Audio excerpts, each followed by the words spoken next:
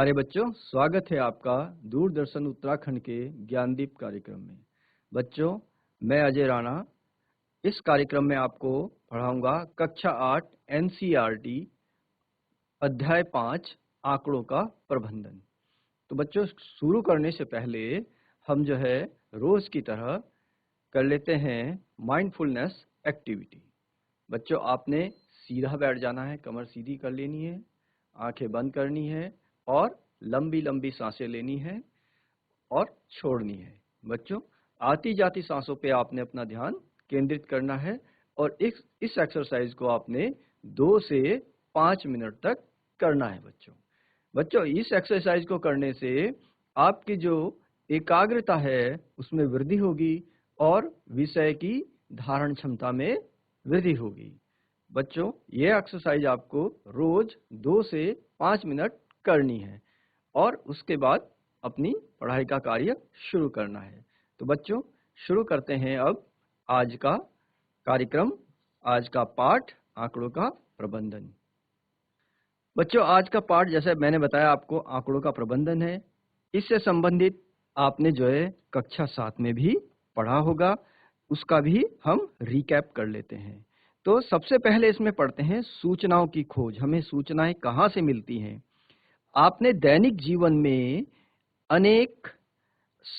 आपके दैनिक जीवन में आपके सम्मुख निम्न प्रकार की सूचनाएं आई होंगी, जैसे कि पिछले 10 टेस्ट मैचों में एक बल्लेबाज द्वारा बनाए गए कुल रन, या फिर पिछले 10 एक दिवसीय अंतर्राष्ट्रीय मैचों में एक बल्लेबाज द्वारा लिए गए कुल विकेट, या आपकी कक्षा के विद्यार्थियों द्वारा गणित के यूनिट टेस्ट में प्राप्त किए गए अंक, आपके मित्रों में से प्रत्येक द्वारा पढ़ी गई कहानियों की पुस्तकों की संख्या। तो इस तरह की सूचनाएं आपके सम्मुख आई होंगी। इन सभी स्थितियों में एकत्रित की गई सूचनाएं आंकड़े कहलाते हैं।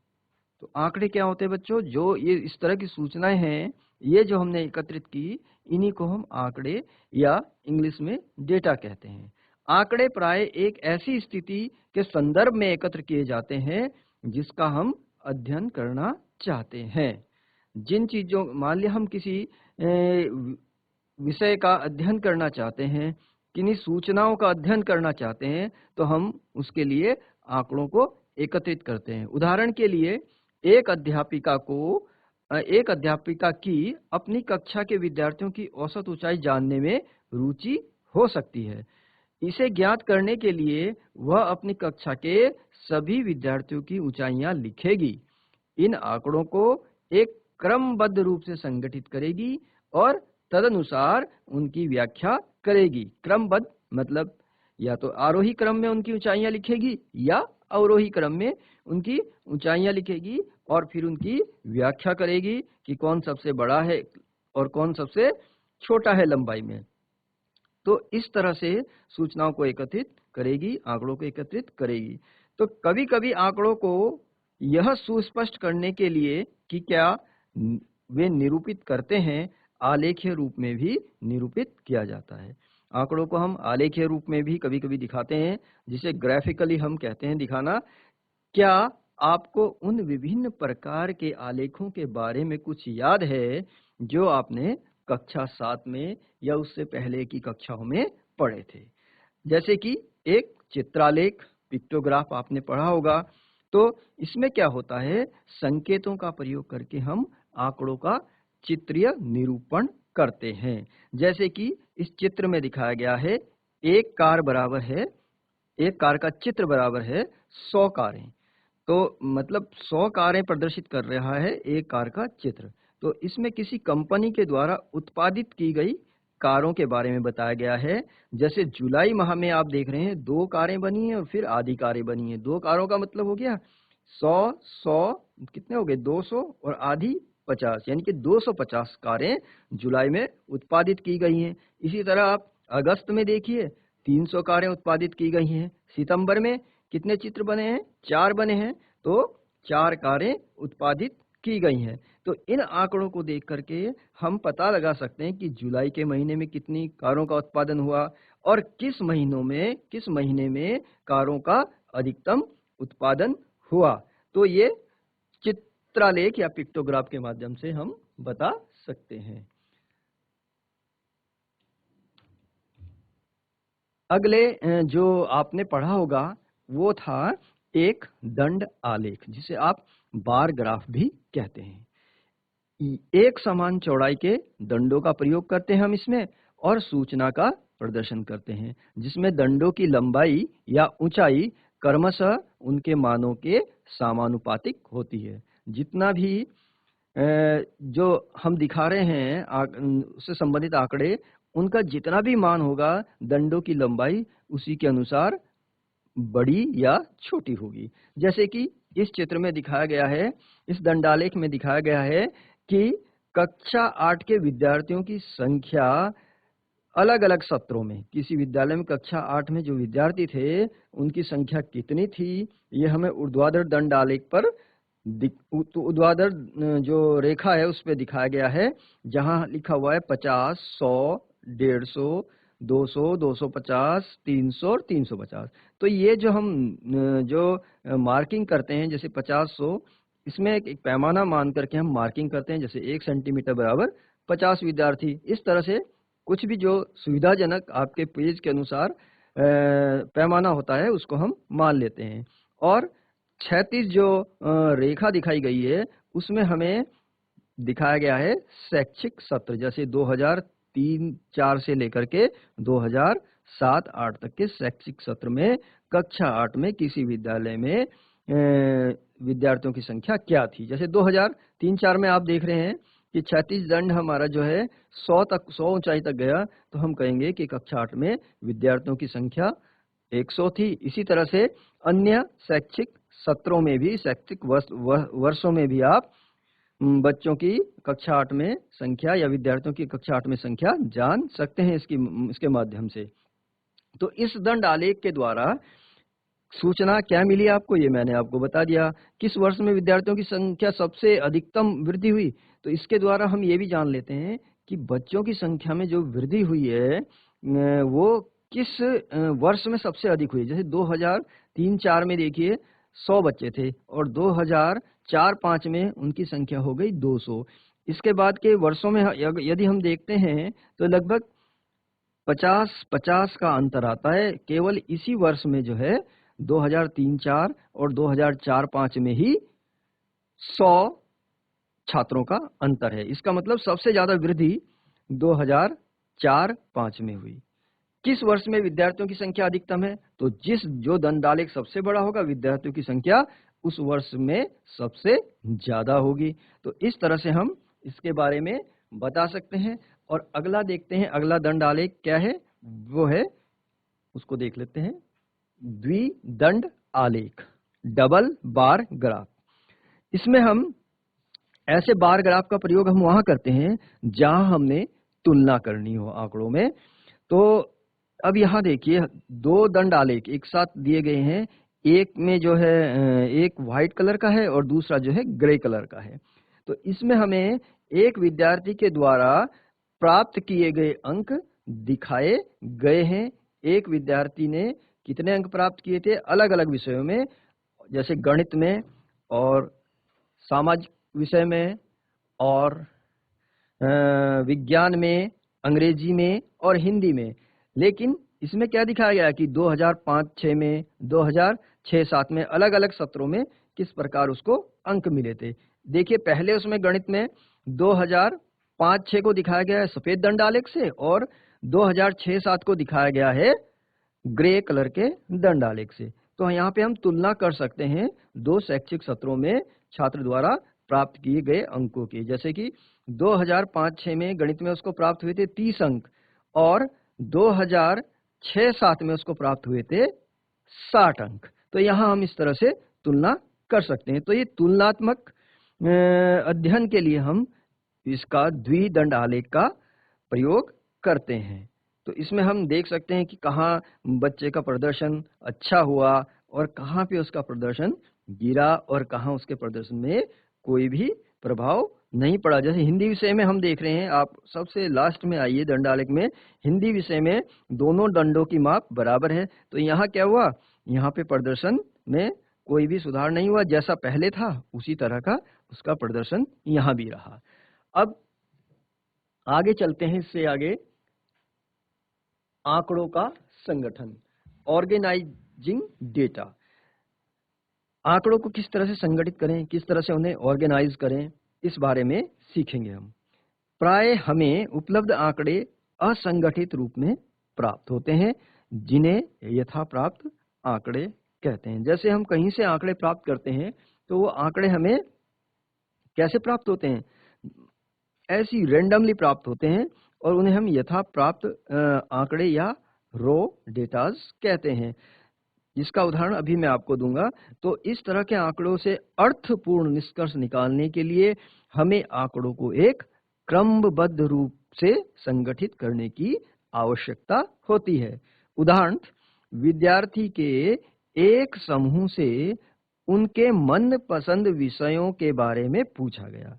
इसके परिणामों की सूची ये है। देखिए, विद्यार्थियों का एक समूह था, एक ग्रुप था, उन्हें पूछा गया कि उनका मनपसंद कलर कौन सा है, तो मनपसंद विषय कौन सा है, तो उसके बारे में ये दिया गया है। जैसे एक विद्यार्थी ने बोला, जैसे हमने पूछते गए, एक विद्यार्थी ने बोला कला, दूसरे ने गणित, विज्ञान, अंग्रेजी, गणित, कला, अंग्रेजी, गणित, अंग्रेजी, कला, विज्ञान, गणित, विज्ञान, विज्ञान, गणित, कला, अंग्रेजी, कला, विज्ञान, गणित, विज्ञान, कला। तो इस तरह के जो आंकड़े हैं, इनको हम कहते हैं रॉ डेटा या यथाप्राप्त आंकड़े। इन्हें देख करके हम एकदम से नहीं बता सकते कि किस विषय को सबसे ज्यादा पसंद किया गया और किस विषय को सबसे कम पसंद किया गया। तो ये हम एकदम से नहीं बता सकते।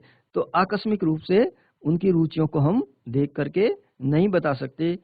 तो अब इनका क्या करेंगे, हम इनको संगठित करेंगे, ऑर्गेनाइज करेंगे। तो हम मिलान चिन्हों यानी कि टेली मार्क्स का प्रयोग करेंगे और इन आंकड़ों को जैसे कि सारणी में व्यवस्थित किया गया इस तरह से लिखेंगे। सबसे पहले 3 कॉलम बनाएंगे, एक में लिखेंगे विषय, दूसरे में लिखेंगे मिलान चिन्ह और तीसरे में लिखेंगे विद्यार्थियों की संख्या। जैसे विषय कला है तो कला विषय में हमने कला कला कितनी बार बच्चों ने बोला उसको हमने नोट किया, तो 7 बच्चों ने बोला कला, तो हमने मिलान चिन्ह 7 बना लिए। 4 हम खड़ी रेखाएं खींचेंगे और उन पे एक जो है विकर्ण के रूप में एक रेखा खींचेंगे। तो इस तरह से 5 का बंडल बन गया। तो उससे आगे 2 और रेखाएं हमने खींच दी, तो ये हो गए 5 और 2 7। तो 7 विद्यार्थियों ने कहा कि उन्हें कला विषय पसंद है। इसी तरह से गणित 5 को पसंद है, विज्ञान 6 को पसंद है। 6 में भी आप देखिए एक 5 का बंडल बन गया और उसके आगे एक रेखा, एक जो है मार्क और बना हुआ है, टेली जो चिन्ह है या मिलान चिन्ह और बना हुआ है। अंग्रेजी 4 बच्चों को पसंद है, तो उसके सामने 4 मिलान चिन्ह बनाए गए हैं और विद्यार्थियों की संख्या 4 लिखी गई है। तो प्रत्येक विषय के सम्मुख लिखे गए मिलान चिन्हों की संख्या से हम विशिष्ट विषय को पसंद करने वाले विद्यार्थियों की संख्या का पता कर सकते हैं। तो जैसे हमने आंकड़े प्राप्त किए थे, उन्हें देख करके तो हम विषयों का ये पता नहीं कर सकते थे कि किसको क्या पसंद है, लेकिन यहाँ पे हम जो है पता कर सकते हैं कि कौन सा विषय बच्चों को ज्यादा पसंद है। यह संख्या उस विषय की बारंबारता कहलाती है।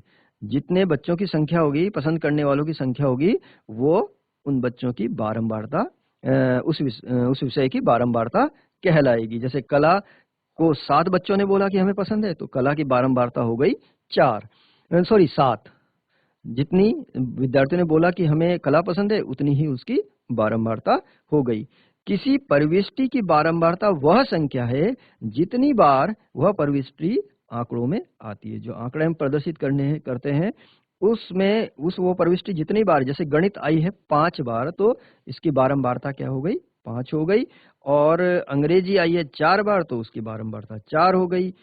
तो इस तरह से हम इसको प्रदर्शित करते हैं। तो उपरोक्त रूप से बनाई गई सारणी एक बारंबारता बंटन सारणी या फ्रीक्वेंसी डिस्ट्रीब्यूशन टेबल कहलाती है, क्योंकि इससे हमें पता चलता है कि एक प्रविष्टि कितनी बार आई है। अब इससे आगे चलते हैं। इससे आगे है आंकड़ों का वर्गीकरण। इससे पूर्व हमने पढ़ा था आंकड़ों का संगठन, अब है आंकड़ों का वर्गीकरण। अब जानते हैं वर्गीकरण क्या है। विषयों की पसंद से संबंधित आंकड़े प्रत्येक प्रविष्टि के अनेक बार आने को दर्शाते हैं। उदाहरण के लिए कला को 7 विद्यार्थी पसंद करते हैं, गणित को 5 विद्यार्थी पसंद करते हैं, इत्यादि। इस सूचना को आलेख्य रूप में एक चित्रालेख या दंडालेख द्वारा प्रदर्शित किया जा सकता है, परंतु कभी-कभी हमें बड़े आंकड़ों के साथ कार्य करना पड़ता है। इसमें तो कुछ ही विद्यार्थियों का ग्रुप है, कम विद्यार्थी हैं, लेकिन कभी-कभी आंकड़े बहुत ज़्यादा होते हैं, तो उन्हें हम इस तरह से आंकड़ों के जो अभी हमने पढ़ा था, आंकड़ों का ऑर्गेनाइजेशन संगठन के द्वारा नहीं प्रदर्शित कर पाएंगे, क्योंकि ये बहुत ज़्यादा हो जाएगा। जैसे कि उदाहरण के लिए कक्षा 8 के 60 विद्यार्थियों द्वारा गणित में प्राप्त किए गए 50 में से निम्नलिखित अंकों पर विचार कीजिए। जो आपके सामने दिखाया गया है कि ये जो है अंक 21, 10, 30 और इसी तरह से आगे तक अप टू 17 तो 60 विद्यार्थियों के ये अंक हैं। अब इन इतने सारों को यदि हम प्रत्येक विषय के परीक्षण के लिए एक बारंबारता सारणी बनाएंगे, बारंबारता बंटन सारणी बनाएंगे, तो वह बहुत लंबी होगी। अतः हम सुविधा के लिए परीक्षणों के कुछ समूह या वर्ग बना लेते हैं। वर्ग बना लिए, इसलिए हम इसे आंकड़ों का वर्गीकरण कहते हैं। जैसे 0 से 10 वर्ग बना लिया, 10 से 20 बना लिया, इत्यादि। तथा प्रत्येक समूह या वर्ग में आने वाले परीक्षणों की संख्या के आधार पर एक बारंबारता बंटन फ्रीक्वेंसी डिस्ट्रीब्यूशन प्राप्त करते हैं। इस प्रकार उपरोक्त आंकड़ों के लिए बारंबारता बंटन सारणी इस प्रकार हो सकती है। हम 3 कॉलम बना लेंगे, एक में समूह लिख लेंगे, दूसरे में मिलान चिन्ह और तीसरे में बारंबारता। लेकिन इसमें अंतर क्या है, इसमें हमने समूह बनाए हैं, न कि अलग अलग विद्यार्थी के अंक लिखे हैं या विद्यार्थी का नाम लिखा है। तो इसीलिए इसको हम वर्गीकरण, आंकड़ों का वर्गीकरण कहते हैं। उपरोक्त प्रकार के प्रस्तुत आंकड़े वर्गीकृत आंकड़े या ग्रुप्ड डेटा कहलाते हैं। जो ये आंकड़े हैं इन्हीं को हम वर्गीकृत, वर्ग बना लिए हैं ना, समूह बना लिए हैं या ग्रुप बना लिए हैं, तो इनको ग्रुप डेटा या वर्गीकृत आंकड़े हम कहते हैं।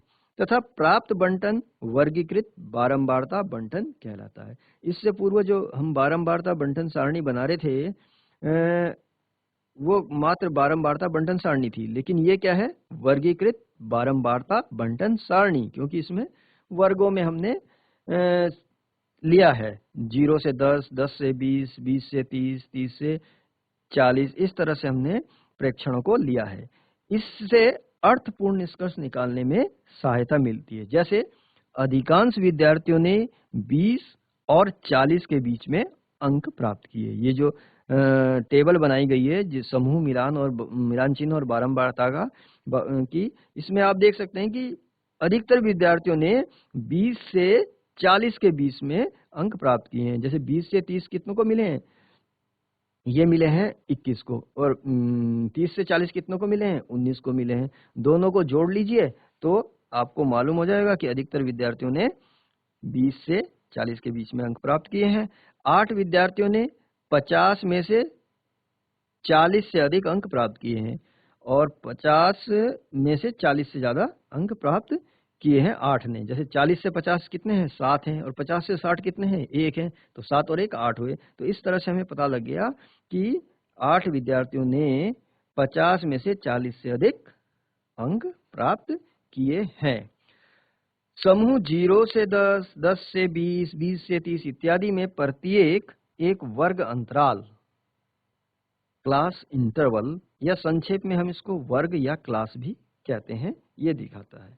ध्यान दीजिए कि प्रेक्षण 10 दोनों ही वर्गों 0 से 10 और 10 से 20 में सम्मिलित है। हम जो वर्ग देख रहे हैं ये 0 से 10 है और 10 से 20 है, तो प्रेक्षण 10 जो है दोनों में सम्मिलित है। तो हम 10 को क्या दोनों में, इस प्रकार से 10 को दोनों में तो नहीं लेंगे। इस प्रकार 20 भी जो है 10 से 20 और 20 से 30 दोनों प्रेक्षणों में सम्मिलित है, परंतु प्रेक्षण 10 या 20 दो वर्गों में एक साथ सम्मिलित नहीं किया जा सकता। तो ऐसी स्थिति से बचने के लिए हम क्या करते हैं, एक परिपाटी अपनाते हैं कि उभयनिष्ठ प्रेक्षण उच्चतर वर्ग में सम्मिलित होगा।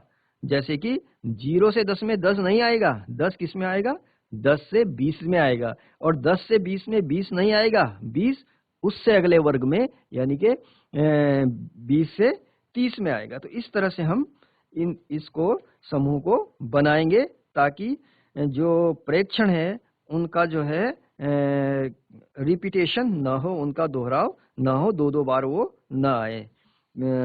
तो इस प्रकार 20 वर्ग अंतराल 20 से 30 में सम्मिलित होगा।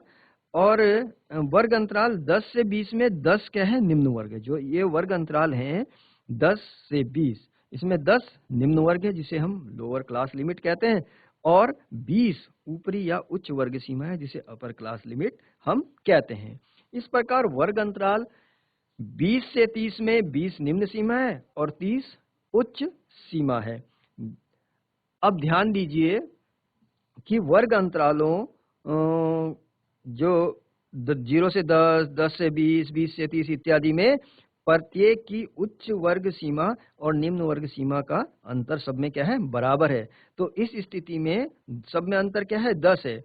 तो ऊपरी या उच्च वर्ग सीमा और निम्न वर्ग सीमा में यह अंतर वर्ग अंतराल की चौड़ाई कहलाता है। जितना इनमें अंतर होता है आंकड़ों में, उतने उसको हम कहते हैं उसकी चौड़ाई, विड्थ, या फिर उसकी माप भी कहते हैं। तो इन आंकड़ों की माप जो है 10 है।